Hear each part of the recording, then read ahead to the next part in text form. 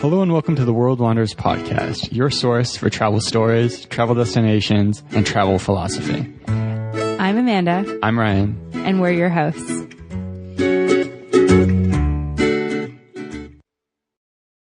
Welcome to another edition of the World Wanderers podcast. Today on the episode, we're going to New York. Your seatbelt should be worn low and tight across your lap. Should oxygen be needed, a mask will drop from the compartment located above your seat. Pull the mask out of the clip. Then pull the mask to your face, placing it over your nose and mouth, securing it with the elastic band. Even though oxygen is flowing. So our trip to New York was something that we talked about for quite a while since being down in Atlanta. Is something that we wanted to do, and it was kind of mostly Ryan who was really interested in going to New York because I've actually been twice before. Do you want to talk a little bit about sort of why you wanted to go to New York? Because it's not actually in the South, obviously. Wait, what? So it's not like a close place to visit from Georgia or from Atlanta, although it should be noted that flights are a lot more affordable from Atlanta. And you're welcome for those listeners who thought that New York was in the South. I just wanted to clarify. Clarify that for the geographically challenged. We have some foreign listeners. So, New York City is a pretty cool place. I think everyone would concur with that. Yeah. And I'd never really been in the neighborhood before. So Atlanta, living here, that's probably the closest we're going to be living to New York ever. I mean, maybe we might live in like Toronto or Montreal at some point. Yeah, and you can fly around down here for really affordable. Yeah, pretty cheap. So I was like, well, we're here. We should take advantage of this to go to this really cool city and explore. It's like the perfect place for a weekend trip. So we had talked about it, and as our time was kind of dragging on. I don't know if dragging is the right word. It's passing quickly. Yeah, it's like, oh shit, it's May. We're leaving in June. This opportunity for a weekend trip is slowly slipping away from us. Yeah.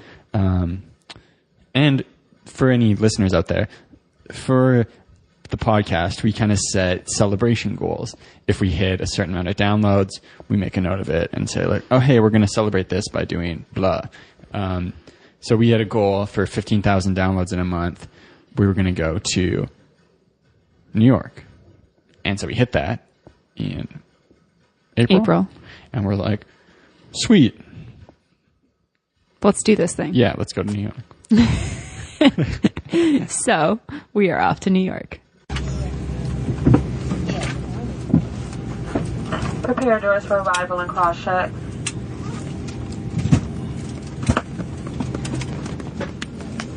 Cross-check complete. So where are we right now, Ryan? We are in LaGuardia Airport. That's a good New York accent. Maybe Boston. Waiting for an Uber to arrive. About to commence our New York trip. Yes. What are your impressions so far? I don't have it because we haven't left the airport yet. Well, we briefly left, and it's really, really cold outside. Mm-hmm. What are our main plans for the weekend?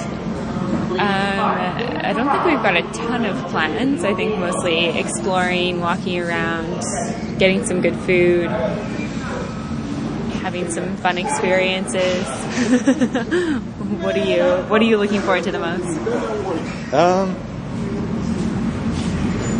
Yeah, I don't know. Nothing in particular, like looking at the big buildings, skyscrapers, just finally getting to visit and see New York, this place that you hear so much about and see so much on TV and movies and stuff. So it's cool to actually come and experience it.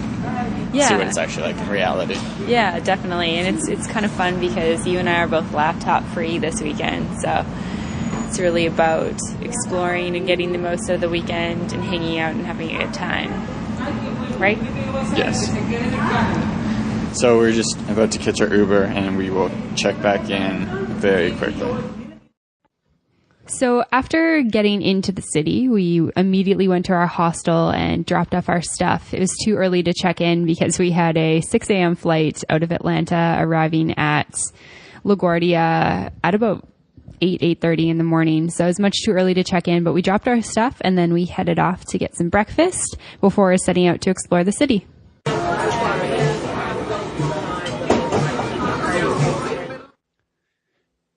So it's pretty cool driving into New York City for the first time and seeing these really long, really wide streets that are just, as far as you can see, lined by skyscrapers. I don't know what your experience was like, being that it was the third time you were there, but what was it like for you driving into the city? New York's kind of cool because I feel like, and somebody correct me if I'm wrong, but I feel like if you don't go regularly, but you go occasionally, it's just as breathtaking or jaw-dropping each time that you see it. So I think for me, I was like, wow, I forgot how impressive this city is. I think that Atlanta is a pretty cool, impressive city, but it's just nothing compared to New York in the sense of concrete jungle, really. Like, there's just buildings everywhere. They're all really, really high. The streets are massive. And as you walk into the street, you can't help but just stare down the street on either direction. Yeah. Quite a few times you're crossing the street and you want to like stop to take that photo of like kind of the middle of the street view all the way down. And we got a couple of those. Yeah, I mean, you feel like, you want to fit in. You don't want to be in the middle of the street because you might die. Yeah, definitely. I mean, traffic's a bit aggressive. It's busy there. New Yorkers are a bit aggressive when they're walking across the street. They don't have really any patience for people who are stopping to, Snapchat the view or whatnot, which we were occasionally doing from time to time. But yeah, and it was funny moving from Canmore to Atlanta. I remember getting here, and on my walk to work, I can see kind of a view of downtown from the kind of Buckhead neighborhood that we live in, which is a bit north of the city. So you can get a nice view of the skyscrapers that are here, and it's pretty cool to look at, especially compared to, living in Canmore. There's like one 4-story building. I mean, though that's not the draw of Canmore. It's the spectacular. You don't need to defend it. It's the spectacular mountains around. Getting into New York, seeing that skyline is spectacular. But one of the things that's kind of a bummer about us arriving was it was like a cloudy day, and a lot of the skyscrapers were kind of like stuck in the clouds at the top. You couldn't really see it while we were driving into the city. It kind of cleared up once we got in there, but yeah, I mean, it's kind of interesting to know or to see the city when it's like blue sky and to realize how big like the new World Trade Center building is, and then to think about how when we came in, just like half that building was completely under cloud. It's kind of crazy. Yeah. So from breakfast, we're going to take you through the streets of Manhattan and check in a few different times. So one of the things that's been weird about starting to do these episodes where we're actually going places is that we have to do all this recording out in public amongst the people. And that kind of feels weird, right? Yeah, definitely. It feels super strange to have like a portable recorder and to just talk into it while on the street. Yeah, especially when you come to like a crosswalk or something, and then you have to stand around and people start looking at you kind of funny. But one of the things that's cool about going to a new city is that you kind of, I don't know if this happens to you, Amanda, but you get like these thoughts about like, oh, I wonder what life would be like if I lived here, or I wonder how it would have been different if I grew up here, stuff like that. Yeah, definitely. We saw a young girl walking with her family across the street, and I was like, oh, I wonder if she's like from New York and what it would be like to grow up in New York. Like, I feel like you'd be constantly impatient because it's so go, go, go, and there's like people moving and horns and a lot of noise and stuff like that. Just be certain things that would be normal to you that are not normal to other people. Whoa. Yeah, but the one consistent thing I think that we've learned from going so many places is that life does tend to be fairly similar most places. Like, there's still so much stuff you can relate over. And that even if you're living, like, the cool thing about New York is that there's like so much stuff to do. But even that we found being in Atlanta, like, where there's a ton of stuff to do, there's 6 million people, like 40 million restaurants, but we just kind of stick to our little zone of the city. Yeah, definitely. I would agree with that. I was thinking the other day in Atlanta, I was like, there's no way I could try all the restaurants here, even if I lived here forever. Like, it'd just be impossible. There's always new ones popping up. And I feel the same way about this city. And it's actually something about just being on a weekend trip or only being in a city for a few days that kind of gives me a little bit of anxiety, is because I want to eat at really good places. I don't want to waste one of my 3 meals in a day on somewhere that sucks. But it's something that you just kind of have to let go of sometimes. Yes. And so we're walking from Midtown to Soho in New York. And it's Saturday, kind of like misty out. But still just like a shitload of people everywhere. Yeah, we walked through a market. We walked through Times Square, which was crazy. Everyone wanted to shake our hands. It's not but just because they're trying to take advantage of tourists. Yeah, exactly. Once they've got your hand, they've sucked you in. So don't give your hand. I like the way you say it, though. Like everyone wanted to meet us. Everyone wanted to Snapchat with us. No, I'm kidding. So we'll check in a little bit later. We're going to visit a really cool bookstore and hopefully eat in Chinatown a little later and go explore a little bit more of the southern part of Manhattan. Adios.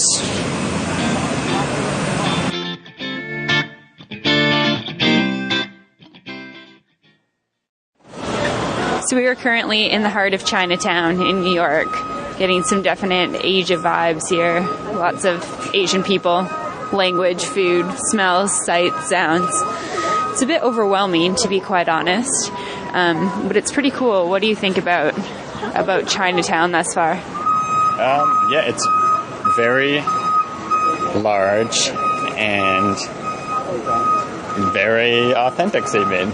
It's like, if you plopped me down here and I was like, oh, okay, like I would not guess that I was in America? New York. Yeah, I'd be like, okay, we must be in like, Beijing or something.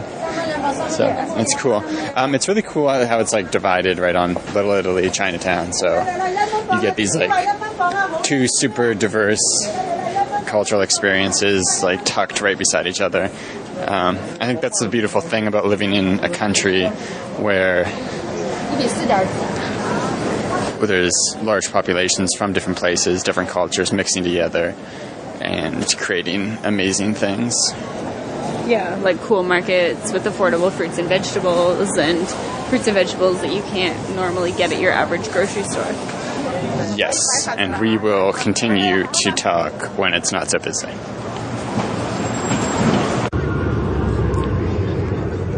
So we have made it down to Battery Park at the very southernmost tip of Manhattan Island.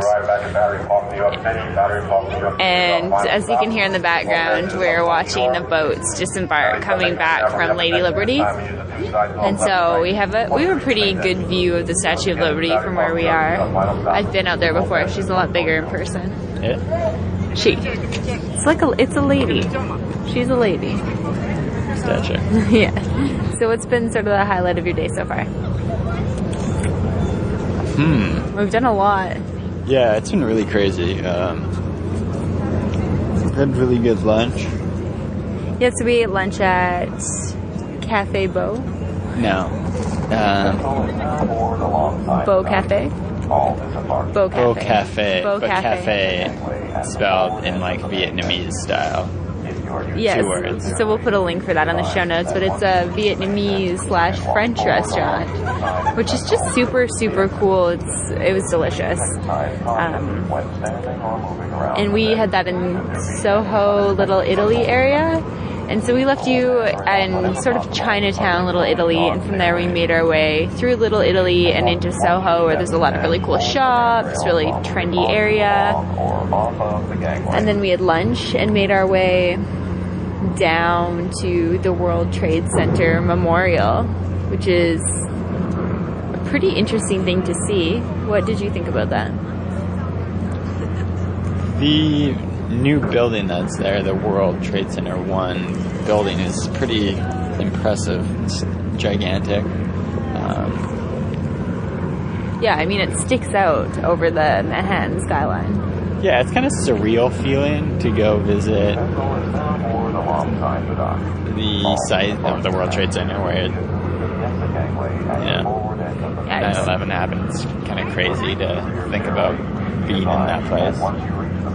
Yeah, it's kind of interesting because I didn't know about the Twin Towers or the World Trade Centers before 9/11 happened, and I remember that day so distinctly, and it was like this crazy moment in my life because I was in grade 7. I was 12 or 13 years old, 12 years old, so I had no idea that people were capable of doing things like that. I just had no concept of it because I didn't live through a war or anything like that.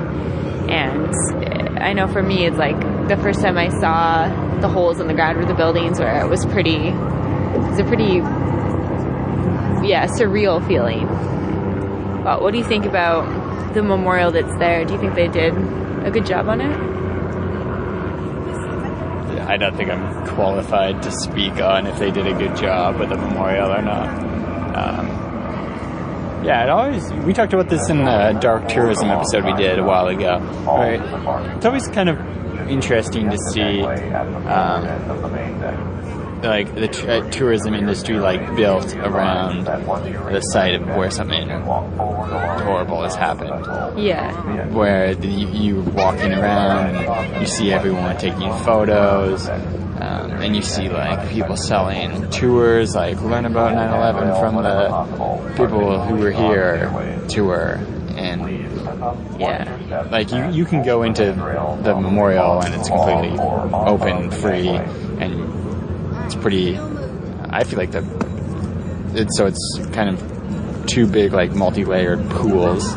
Effectively fountains where the water pours into the one and then it pours into a second layer that kind of looks like it goes on infinitely. And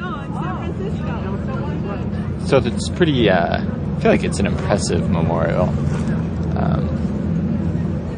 It's still interesting to see.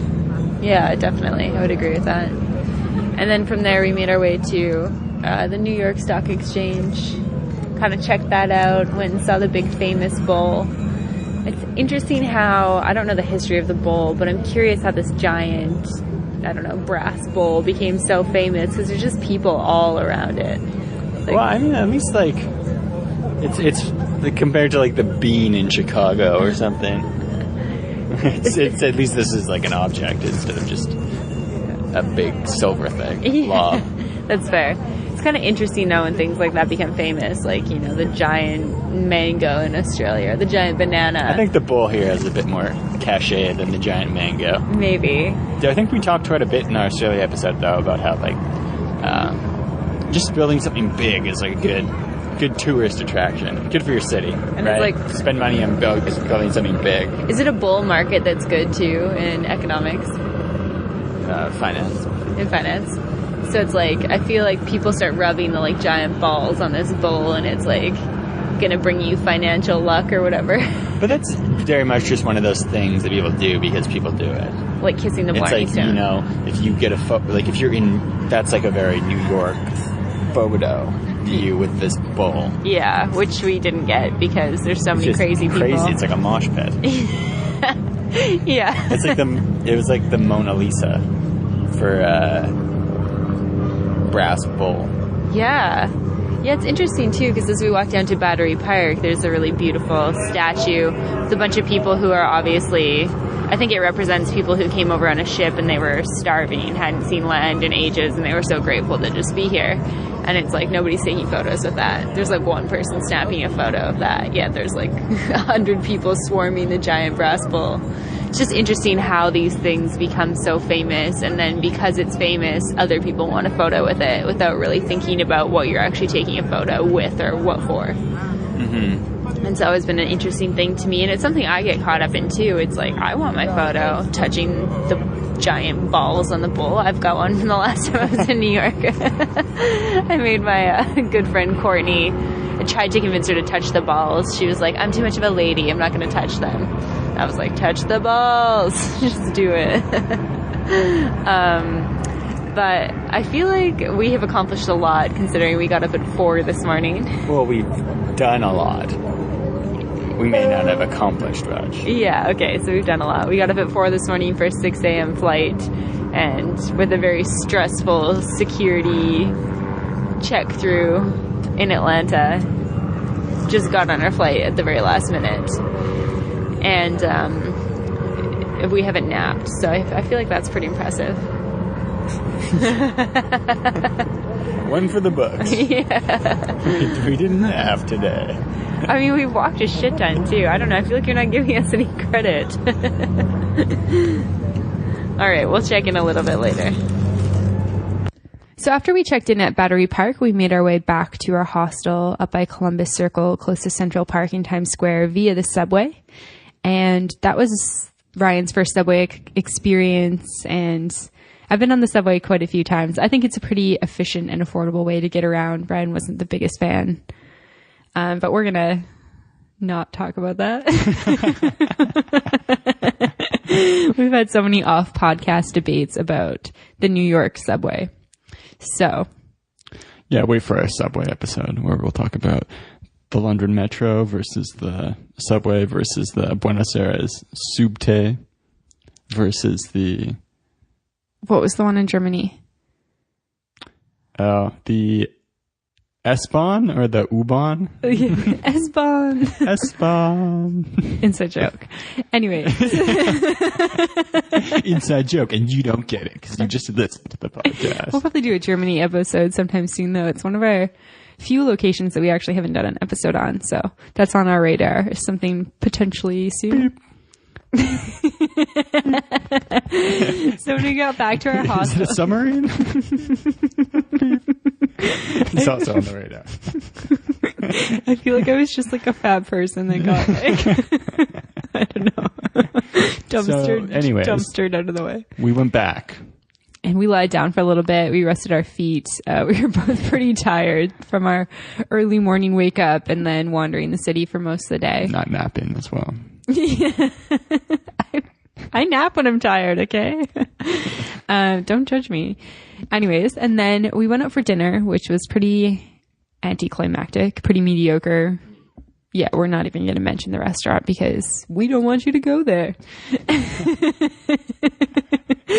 And then we went to Ellen's Stardust Diner, which we are mentioning because it's freaking awesome and you should go there. Do you want to talk a little bit about Ellen's Stardust Diner? Sure. Ellen's Stardust Diner is a diner. But here's the catch. People are singing there. You want to be more specific? The waiters are singing. Yeah, so the wait staff is all... They want to work in Broadway. They are potential actors, actresses, singers, Broadway people. And so the talent level is really high there. And it's also super impressive to go there and to have your server one moment taking your order for a delicious adult milkshake, which it's adult because it's got alcohol in it. And then the next minute they're handed a microphone as they're punching in your milkshake order. And then they're belting a tune and dancing on a table. So it's just a really, really fun atmosphere. There's always like they include the crowd and that sort of thing. And people are clapping along and singing along to the songs. And the talent is just spectacular. So I would definitely add that to the list if you're going to be in New York. And so we check in tomorrow morning, or second morning in New York from Central Park. So we're sitting on a green park bench in Central Park, New York, United States of America.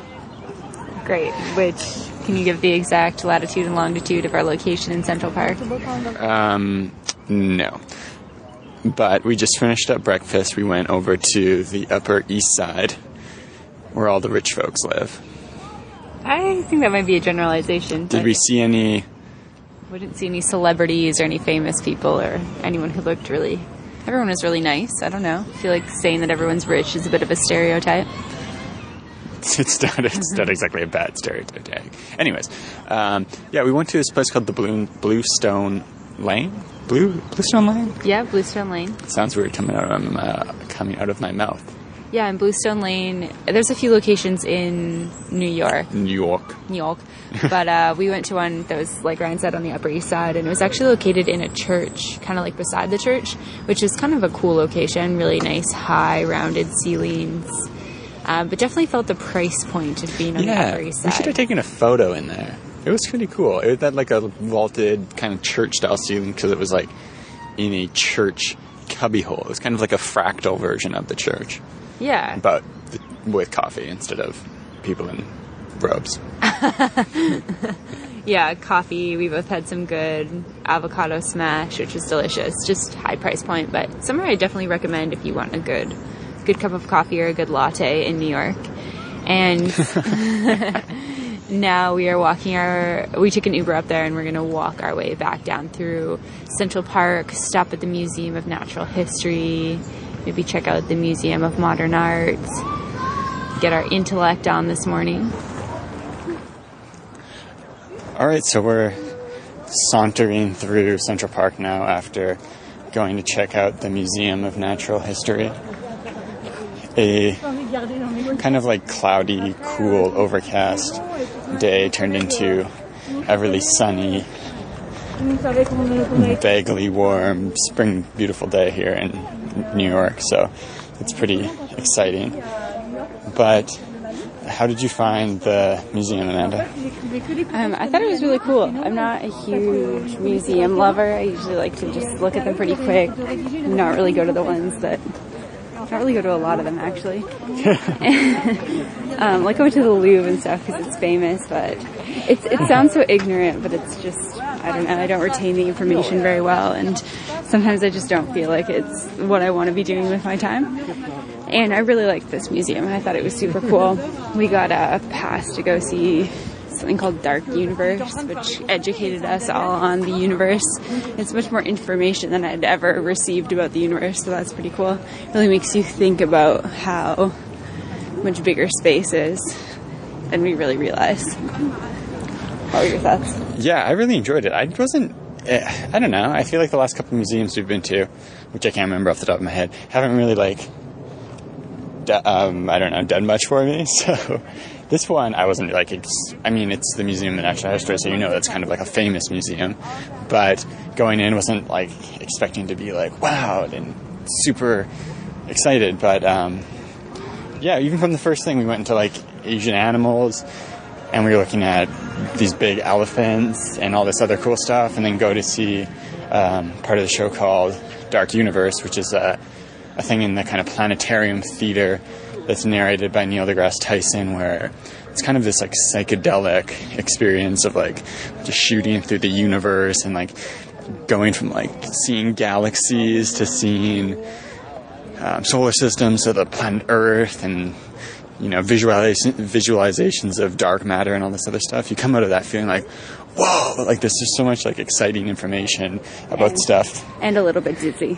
Yeah, dizzy as well. But like there's so much like exciting stuff that you like don't consider on the day-to-day basis.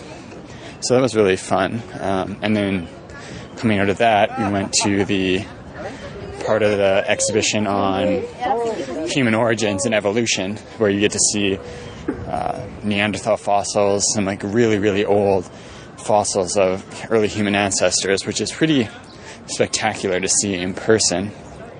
Yeah, it's interesting to like look at the skeleton of a Neanderthal and observe the differences, and observe the skeleton of an orangutan and just see sort of the evolution of humans and mankind as we know it. I thought that was really, really fascinating. Yeah, and we had booked a tour for 3 p.m. this afternoon, which we're going to go on a walking tour of the midtown area, so we had to leave before staying too long, but kind of had the feeling that like, wow, I could just keep staying here for like at least a couple more hours, which is pretty fun. And I felt like it was like almost like a waking up moment for me, where I don't know, I feel like I haven't been like excited about learning something for a while.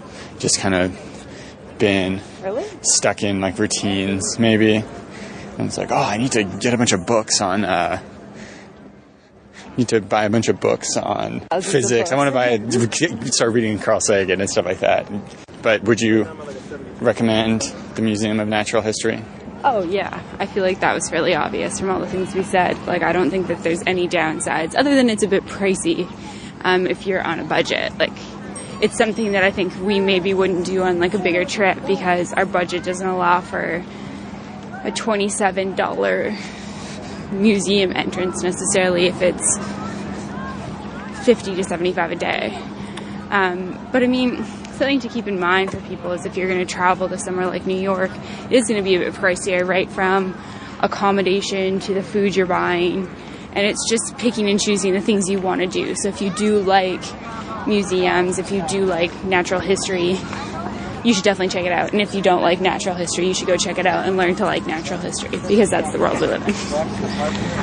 Yes. Had you been there before? No, I've never been to any of the museums here. My other trips have been really about Broadway and restaurants and shopping, so, and sightseeing, of course. All right, we'll check in with you later. After walking through Central Park, we hopped in an Uber and took it over to Grand Central Terminal, the train station, because we were going on a walking tour. And we had booked a group walking tour of like the midtown area, but when we got there, turns out no one else had signed up. So it was just us, and it was like an affordable private tour. Yeah, it was super cool to like show up for this tour and find out that it was just going to be us on it, because we paid $20 each for it, which we both felt was really reasonable for a group tour, even though you can do free tip-based walking tours. We felt like this one was more the area we wanted to see, and then we ended up having the tour guide all to ourselves, and he really like catered the tour sort of towards the things that we asked him about, and he was really awesome about taking photos of us, which was cool because our selfie game had been pretty weak thus far in the trip. And it was cool starting the tour at Grand Central Terminal or Grand Central Station. It's something that I guess if you didn't know what Grand Central Station looked like, you'd be like, why would you start at a train station? Like, that seems a bit crazy. But the train station is massive, first of all. There's hundreds of terminals there where you can take trains to all across the country, which is really, really cool. And then it's just spectacular. It's sort of like marble. Is it marble? I feel like it's marble. It looks like it. It looks like marble. And then there's a massive mural painted on the ceiling, really high dome ceiling, beautiful clock standing in the middle, clocks on either side. And as our tour guide Giovanni pointed out to us, there's actually an acorn theme everywhere. So if anyone's going to New York sometime soon, check out all the acorns that are actually in Grand Central Station.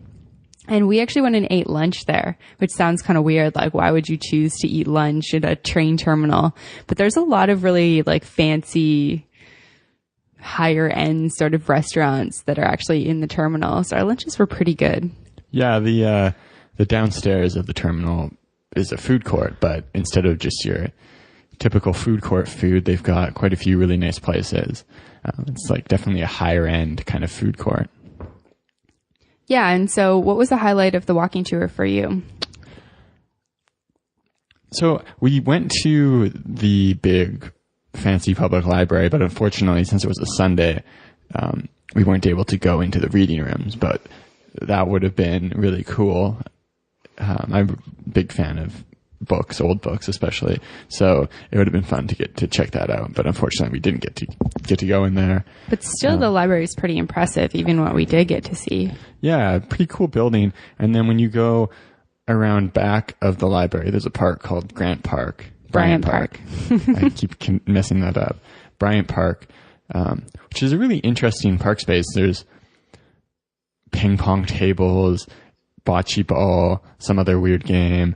There's like a board game section. It's like a French game, There's a whole bunch of chairs around the green space in the middle, with power chargers so you can work.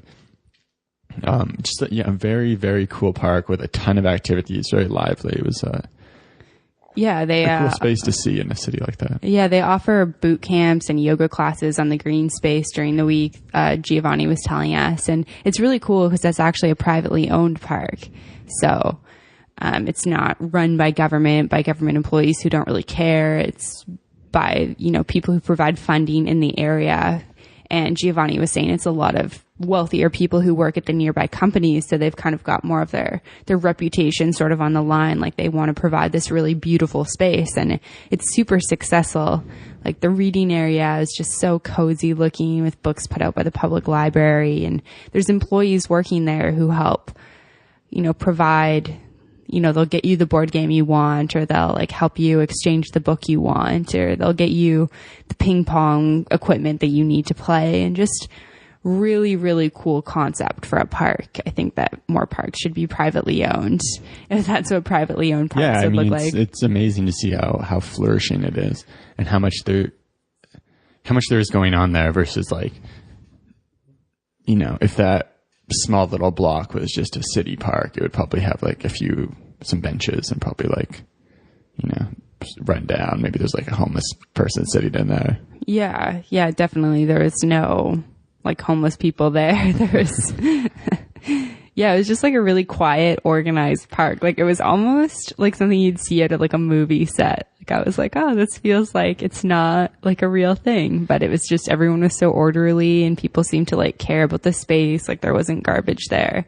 I was like, oh, this is really cool. Like this is how things work when there isn't a shitty government involved. So we spent about 2 hours sauntering around the Central Park, down a few blocks, midtown, I guess they call it. It's not really near Central Park where we were. It's kind of more like by Rockefeller Center, through Times Square, briefly through Times Square, down to the public library, Bryant Park. Yeah, and when we hadn't really thought about taking a tour before we went to New York, but when we were driving into the city, something connected with me, and I remembered that this company that is all over Europe with free walking tours is also in New York. It's like Sandeman, so they're like that. Yeah, we'll put a link for that on the show notes.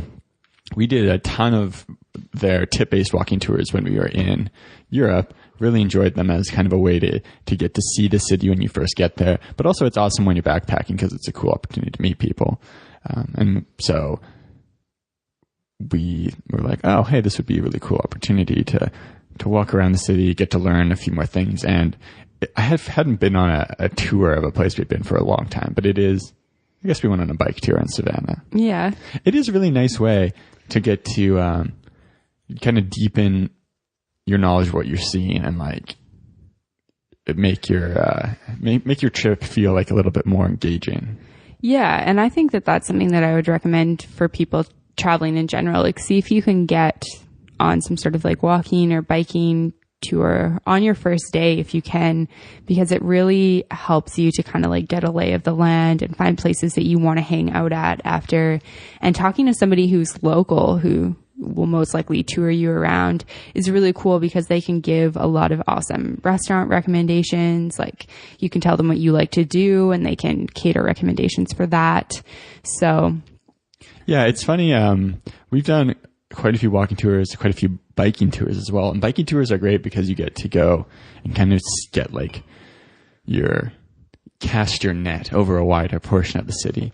But the problem is you feel like you're going to die a lot of the time on biking tours. Yeah, I mean, I did a Central Park through New York biking tour when I was there a couple of years ago, and it was terrifying to bike in that city. I would definitely recommend walking over biking if you like your life. But New York's so big, you don't really get that far on foot, but it's still really nice.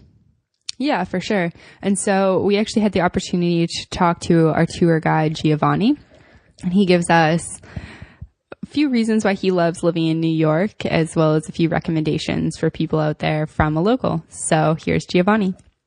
All right, we've got Giovanni Ray here, and he just took us on a fabulous tour around Midtown with Sandman's Tours. And then what's your personal tour company? Better Adventures. Better Adventures. And we're just going to get him to tell us a little bit about what he loves most about living in New York. You're born and raised here, so... Lived here my whole life except for 11 months in Florida, where everyone tried to tell me to slow down, and I realized I'm in the wrong place. I need to go back home. That's awesome. Yeah. So what do you love most about living here? What has kept you here your entire life? So...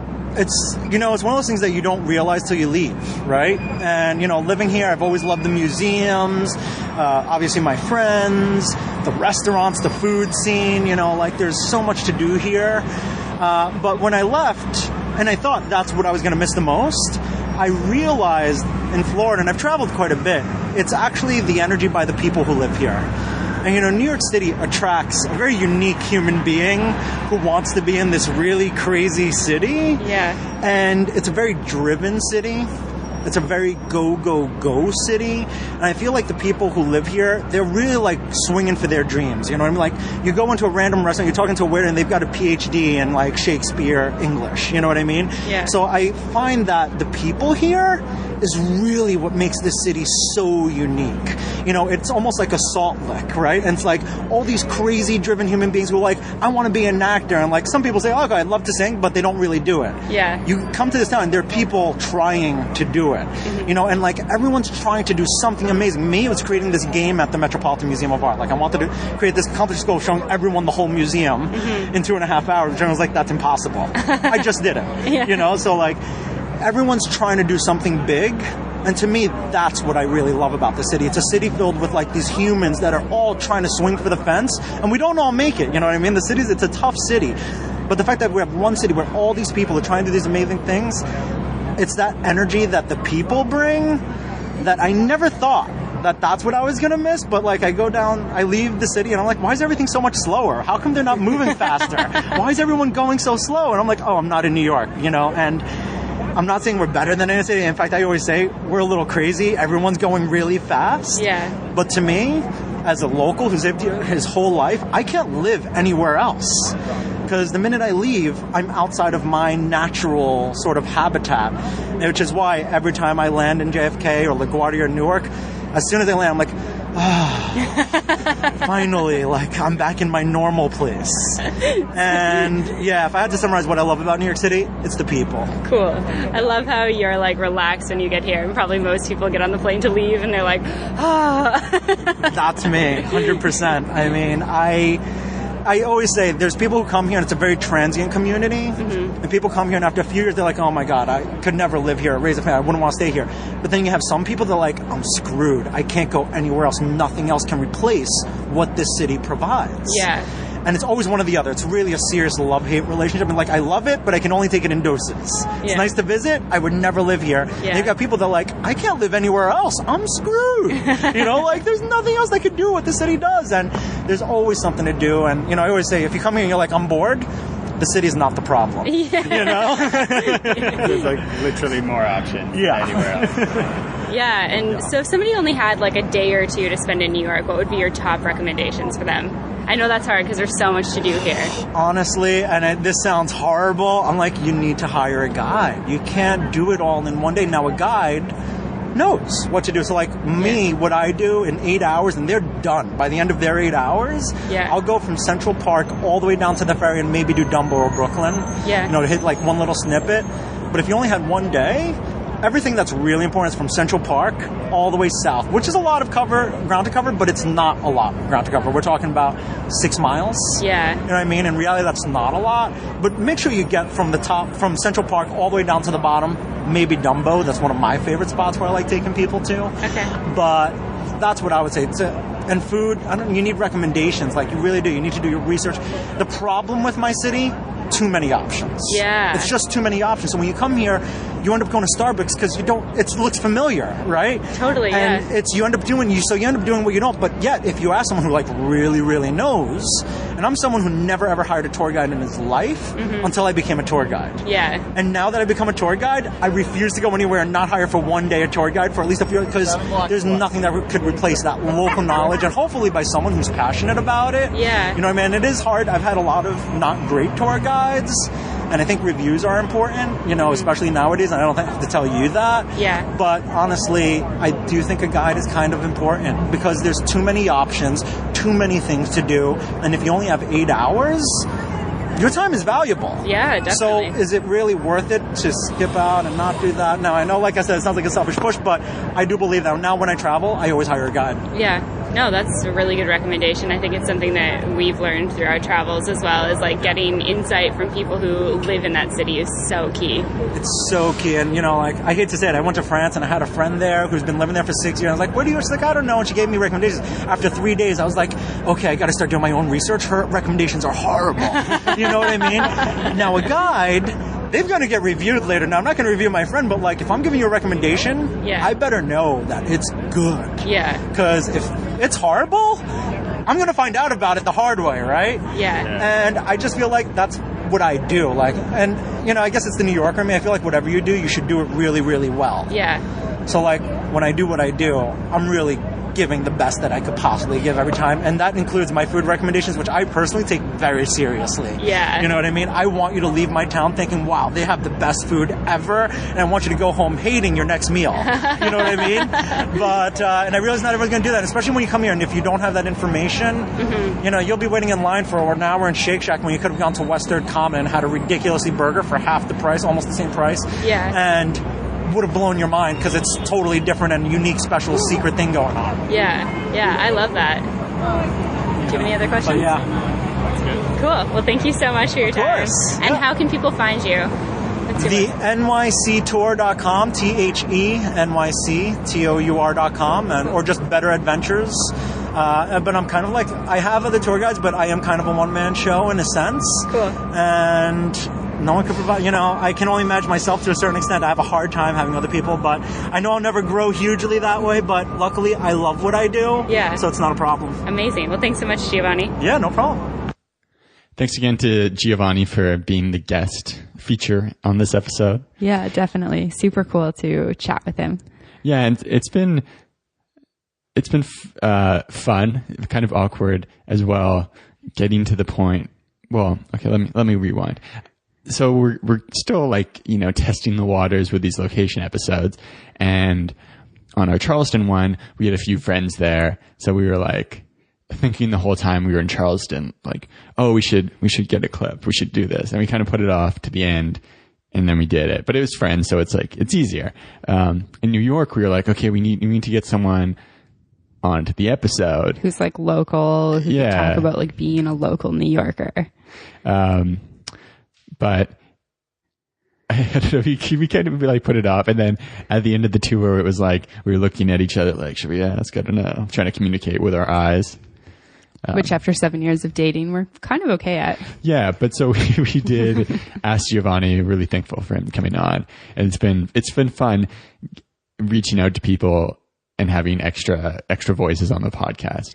Yeah, and I think just different sort of viewpoint of it, right? We are tourists when we're in New York, and we're giving, and everywhere we go outside of the places that we actually live. So it's ATL. So it's always cool to get an insider's perspective, because they'll tell you different things to do, different restaurants to eat at. So thank you to our Charlestonian locals, and thank you as well to Giovanni, who's our New Yorker local. So post walking tour, we headed back to our hostel, got changed, and then headed to a Broadway show. Yes, and going to Broadway shows is kind of one of the things to do for people in New York. I have not been as much of a Broadway enthusiast, though. Yeah, so this was kind of your first Broadway show we went to. Thankfully, there is a Broadway play that's kind of meets both of our needs. Your need for singing and dancing, my need for humor. I like humor, and you also like singing and dancing. What are you talking about? Anyways, I feel like we're leading this up way too much. We went and saw the Book of Mormon, which is absolutely fabulous. What did you think of it? Yeah, I really, really enjoyed it. Ryan loves Broadway now. Previously, we had gone to see Elf. Okay, so let's clarify this. We went to see Elf during Christmas time at the Fox Theater in Atlanta. It's not really the same. I mean, it's a big theater. People are good, and they're singing. It's different, though. True. I've seen quite a few Broadway shows in New York. It's just very, very level. different. Yeah. So, yeah, the Book of Mormon, though, really funny. But it's also really, really well done. Yeah, definitely. I mean, everyone is fabulous in it, which I would kind of expect no less after my past experiences seeing New York Broadway and Broadway in general. But it's really, really out there. It's pretty racy. It's pretty raunchy. Yeah, there's some parts where you're so we're both not religious. Definitely not Mormon. Definitely not Mormon. But it's funny. Even us were ooh, that's getting pretty far out there. Yeah, there was points where I was they did not just do that. I'm sort of surprised in a way that it hasn't been like shut down by like protesters or a group of Mormons that is like, this is so inappropriate, because it is like fairly inappropriate. There's a lot of songs that are inappropriate. There's a lot of very like open dialogue about things that you don't normally hear talked about, such as AIDS and raping babies and such and such. And so for anyone who doesn't know, the Book of Mormon, it's a few years old now and has been, I think it's traveled around, so quite a few people have seen it. Quite a few of my coworkers have seen it here in Atlanta. But it's created by the South Park guys, so it's definitely got the South Park vibes to it, and kind of tells the story of these young Mormon missionaries who are sent off to do their, I don't know if they call it their mission. I think it's a mission, like maybe. And, yeah. But they go to... Well, spoiler alert. Africa. Not spoiling it too much. If you went on YouTube and you listened to the music, you'd get pretty quick that they were in Africa. Yeah, and just the things that happen while they're over in Africa, which are just crazy. It's just a crazy story. It's hilarious. I don't think I've laughed that hard in a long time. So yeah. I would highly recommend it if you've got sort of like the stomach for that sort of stuff. And one of the things that really struck me was how impressive it was to create this like kind of like absurd comedy, but like make it into like catchy, fun songs. Yeah, and it's interesting because a lot of Broadway has like these really serious themes, which in some ways the Book of Mormon has, but it's been twisted into all this sort of like hilariousness. And they sing these like in these really serious pitches or tones, or like sort of like it should be like serious wording with the way the tune is, but it's all like really hilarious stuff that they're singing, which I think makes it even funnier. And so after the show, we just went out and got a bit of food to eat, went back to our hostel and conked out for the night. On Monday morning, our last day in New York, we jetted over to Brooklyn to get a nice view of the skyline, the city, the bridges. There's a really cool view of the city that you can get from getting over to Brooklyn. So we join you guys again, sitting at a table in a cafe just over in Brooklyn. Yeah, we're at the Brooklyn Roasting Company, and you'll hear some of the background noise in there as we talk a little bit about our first impressions of being in Brooklyn. There's a cool little park in Brooklyn where you're right between Brooklyn and Manhattan Bridge, and you can look across the river at the skyline of New York and get some cool photos with the bridges. They have one of those, kind of like those big letters that you might have seen in a love sign, but instead of the word love, it just says yo. Which is pretty cool. Then we walked around Dumbo and found our way to a coffee shop, which is very Brooklyn-esque, which is right up our alley for coffee shops. And so when you say Brooklyn-esque, I'm assuming you mean like big sort of warehouse-style building with like bricks that have been painted white, and you can see like the piping in the ceilings, and it's like a little bit grungy, pretty like hipster, trendy, expensive latte, really good coffee. That's what you meant, right? Yeah, and a lot of people wearing toques and hats, beanies, as you might call them.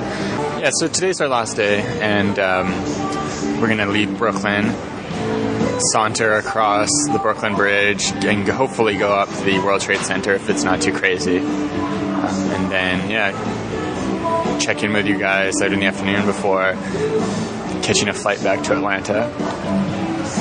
Ciao! So we walked out of the cafe thinking that we were going to walk across the Brooklyn Bridge back into Manhattan. But then we pulled up our phones and we're like, oh, hey, we could actually take the ferry. The ferry would be cool. You get a nice view on the ferry. For some reason, I thought it would like actually take a bit longer. But we were like, oh, okay. But at the same time, let's cruise back through. There's an interesting trail along the waterfront through this park where you get a really beautiful view. And then down to a ferry terminal kind of right by the Brooklyn Bridge. And then you can hop on a public transit ferry that costs like $4 or something over to Wall Street. And I'm happy we chose to do that because along that way, especially down by the ferry terminal, there's some really awesome spots to take photos across the river of the city. Yeah, it's an absolutely spectacular view, and we'll post some photos on the show notes for sure of that. We were snapping photos, and we were actually busy snapping so many photos that we actually missed the ferry that Google Maps had said that we were going to take, that was going to give us approximately the same time as walking would have been. And then we ended up having to wait like 20 minutes at the pier, which was fine. Like, it was just really beautiful. The weather was nice. There was a solid breeze happening, which felt pretty good in the sun. And it was fine to just wait. The ferry itself only took like, maybe 3 minutes? Yeah, maybe. And it was also packed, not packed with people generally, but like up on the top, on the sides where you could take photos. There's like a bunch of people posing for photos. So just a nice view, but not great opportunity to take any photos. It was also windy and really bumpy. Like, I don't really know how those people were getting photos. Like, I think I did a Snapchat and the whole thing is like, looks so like motion sickness inducing. Mm-hmm. But yeah, stepping off the ferry on the other side, we were immediately in the financial district, and we walked up Wall Street until we got to the World Trade Center Memorial. We had been debating going up to the top of the rock or to the top of World Trade Center 1. Yeah, World Trade Center 1. And I've been up to the top of the rock twice, and it's a spectacular view.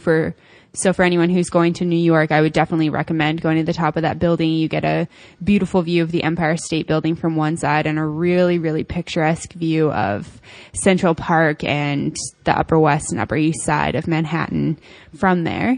Going to the top of the World Trade Center 1 was also really cool, though. You want to talk about that a little bit? Yeah, so World Trade Center is the tallest building in, I believe, the Western Hemisphere. Mm-hmm.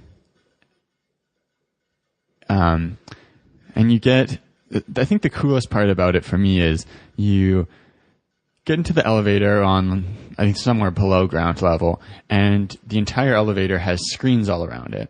And it looks like you're in some sort of, you can see like rocks around you essentially because you're underground. You're underground, yeah. And then you start going up, and you can, like, the elevator moves fast. Like, you feel kind of like, oh, something weird is happening as the elevator starts.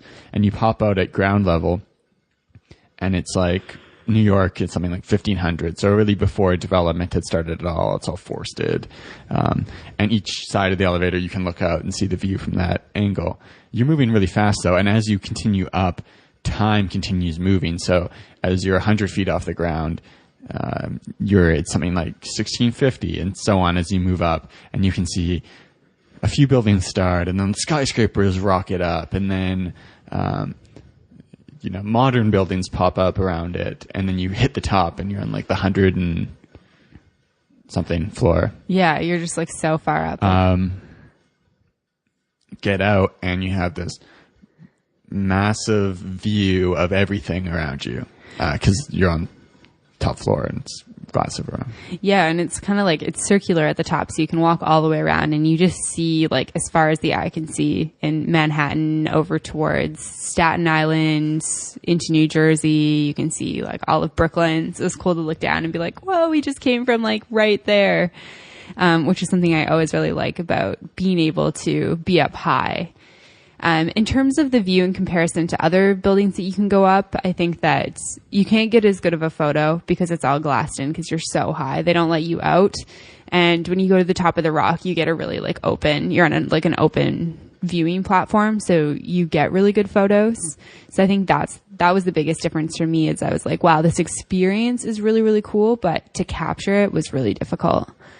But in saying that, I think like to go up the tallest building in the Western Hemisphere, that was pretty cool to say you did. Yeah, and I think they all cost $30 or somewhere around that. So you could hypothetically go up multiples of them, maybe not on a backpacker budget.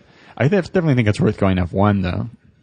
Yeah. One of the buildings, not World Trade Center 1. Yeah, for sure. I think that it's really cool to kind of get to the top of the concrete jungle, because when you're in New York and you're on the street, you really don't see very much because the buildings are so high on either side. Like, it's hard to get a really good concept of like how big the island is and how many tall buildings there are. You kind of have to remove yourself. So going somewhere like Brooklyn where you get a really picturesque view of the skyline and then going up one of the buildings so you can kind of see from above is really cool, I think. Yeah, and at the top of the World Trade Center, they have kind of on each directional side, there is periodically someone who kind of goes through and gives like a brief history lesson on New York about something that's going on, or one aspect of it. Maybe not history. I think some of the other ones are cultural. But that's really cool. And I think I'd say that if you were really looking for like a really nice photo from a high viewpoint, maybe go to the top of the rock. And if you're looking for something that's more of a cool experience, maybe trend towards the World Trade Center. Well, don't trend. You go there. Yeah, for sure. It's crazy. Going back down was like just as exciting as going up. They kind of take you on this. They must have used like a drone or something to film it, but sort of this. I think it's all CGI. Yeah, maybe. It's like you're flying through the air around the buildings and stuff. It's kind of dizzying a little bit as you like go down and your ears pop and your body is kind of like adjusting to the difference in pressure level and stuff like that. But it's just crazy how fast you get up and down. It's so efficient.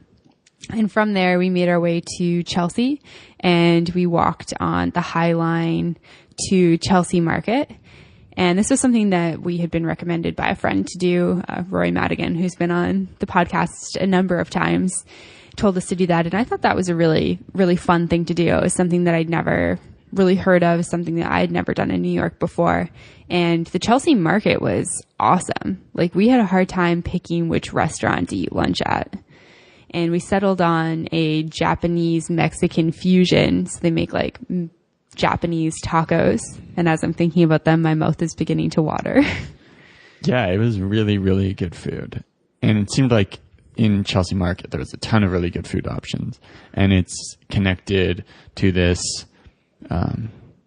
overhead walking trail, which used to be some sort of train tracks, but where you can walk quite a distance, kind of above the street through Manhattan. Yeah, you walk a couple of miles on it, and it is a busy thing. Like, it was quite busy when we were there, which makes it not, I don't know, maybe not as enjoyable as some things that we did that were less busy, but I think it was still a really good experience and something that I would recommend I'd definitely to people. do again. And that was basically the end of our trip. We just hustled back to our hostel, hopped in an Uber, dealt with rush hour traffic on the way back to the airport. But looking back on that Monday where we went over to Brooklyn in the morning, had like a New York bagel, had a brilliant view of the city, took some awesome photos of the bridges, took a ferry, went up the World Trade Center, walked around, got some delicious Japanese tacos. That was definitely my favorite day of our 3 in New York. Yeah, I think that was probably mine too. It was a lot of stuff that I had never done before in New York, and it's always cool to do really amazing tourist attractions with somebody new, but it's also really fun to have like a brand new experience for the first time. I think that and the Book of Mormon were definitely highlights for me. Yeah, the Book of Mormon as well. So what would you say to someone who's going for a weekend? What are the top things we did that you'd recommend? What are the things that you wouldn't recommend? I would say get to the top of a building for sure, whether or not you choose the top of the Rock or the top of the World Trade Center 1. I've been up the Empire State as well, and I wouldn't recommend doing that. You don't get a very good view or as beautiful of a view just because you see Rockefeller Center, and Rockefeller is not that pretty to look at. I would say doing some walking, like walk through Central Park, check out a museum while you're there, whether or not it's an art museum, if you like that, or the Museum of Natural History, which, we raved about for quite a while on this episode. Definitely check out a Broadway show, get some sort of experience seeing a show, because there's a ton of people who move to New York to try to make it big in Broadway, acting, singing, that sort of thing. So go check that out for sure. What else would you say? So I'd just say that the thing that's really cool about New York is that there's just like a plethora of options. Like, there's so much stuff to do that you can really find things that are up your alley, that you want to do. For example, like if you're someone who's interested in history, there's some of the best museums in the world are there. If you're a photographer, there's amazing places to go take photos. If you're into popular culture, you can go around to the spots that were in movies that you can see. So, oh yeah. And there's just like between, just Gossip Girl and Sex and the City and like things like Made in Manhattan, like there's so many things that have been filmed there. Yeah. So I do think it's worth, researching beforehand about things that you're interested in, and seeing like what's going on, and also seeing like, is there a cool concert happening in that city, or that, the time you're going, is there like a cool sports event happening? Yeah, that was going to be my next thing is, something we were talking about and we were talking about with Giovanni as well, is that New York is really cool because there's like constantly something to do. He was telling us how there's like the national barbecue competition is happening there. And so all these like popular barbecue spots from the South come up to New York. And it's just interesting to me that New York is this hub for almost everything. And yeah, he was saying that like the social calendar of a typical New Yorker is just constantly busy. You schedule with your friends weeks out because there's always something to do. There's multiple events on the weekends. And I think we even encountered that walking through Central Park. It was like Japan Day, and we encountered massive crowds of people waiting in line for yakisoba and stuff like that. So I think looking at what events are happening in the city and seeing if any of that's up your alley, maybe checking out like a local event, a concert, a festival, that sort of thing would be really cool. And then I think just walking around Manhattan, walk as much as you can. It's so cool to be not in the subway and not in a car. Just like walking down Fifth Avenue is awesome. Walking through Times Square is cool. It's these things that you see, like you've seen breakfast at Tiffany's and you're like, wow, that's like the Tiffany store that happens with. And yeah, just so much cool stuff in New York. I feel like it's one of those places that you kind of have to be okay knowing that you're not going to do everything there is to do in a couple of days. Yeah, and just focus on, I think that's the thing, like, don't feel like you need to do, we kind of harp on this topic, don't feel like you need to do the things that are the popular things necessarily. Like, yeah. You don't need to go out to the Statue of Liberty if it's not something you want to do. Or if, you don't give two shits about like anything financial or the stock market, like don't go see the New York Stock Exchange. Yeah, there's not much going on there. Like it's not going to interest you if you have no interest in stocks, like go see the Museum of Modern Art if that's what interests you instead. Like figure out the things that make you feel excited and go do them. I'd definitely say, like, I know of people who spent like most of their weekends in New York, like inside buildings, like doing things like shopping and stuff. To me, that's kind of like a disappointing, I guess, choice. Like, obviously do what you want to do, but so one, first of all, we said, do what you want to do, but then I don't know. It's really hard for me I think that shopping in New York is really cool because there's like a massive Macy's, which is like kind of worth just like popping your head in and checking out how big the department store is. But to spend like all your time doing, the DSW and Macy's and all these big stores. Well, I think that's one of the cool things about New York. It's like the shopping capital of the world, probably. Mm-hmm. Maybe not the world anymore. But, yeah. I think North America for sure. Yeah. I think balancing your trip as much as you can between the different things that interest you. Yeah, but just trying to find some like cool, unique things that maybe aren't on the top of the list attraction wise, but are just cool experience wise. Yeah, and maybe go on like a walking tour or a bike tour if you're feeling adventurous on your first day. Definitely, I would say take in a Broadway show. If Book of Mormon doesn't entice you, there's lots of other ones. I've seen Grease and Wicked and Chicago, and they were all amazing. And they can be really expensive on like the New York City Broadway website. So there's lots of different ways to get more affordable tickets. You can go on StubHub and get resale tickets, usually for a little bit less. Or if you've got a little bit of flexibility in your schedule, there's lots of places within Times Square where you can wait in a lineup and get sort of like last minute tickets to different shows. So if you're kind of flexible about what you want to see and when you want to see it, And especially if you're there for a couple weekdays, I think that that's a really good option to get more affordable Broadway tickets, because they can be quite pricey. But overall, I think we both enjoyed the trip. Definitely. Correct? Yeah, I really enjoyed it. Really want to go back again in the future. I think it's a great place to go for a weekend trip. And I think it's, one of the coolest cities to visit in North America. Yeah, definitely. I would agree with that. Until next time. Ciao.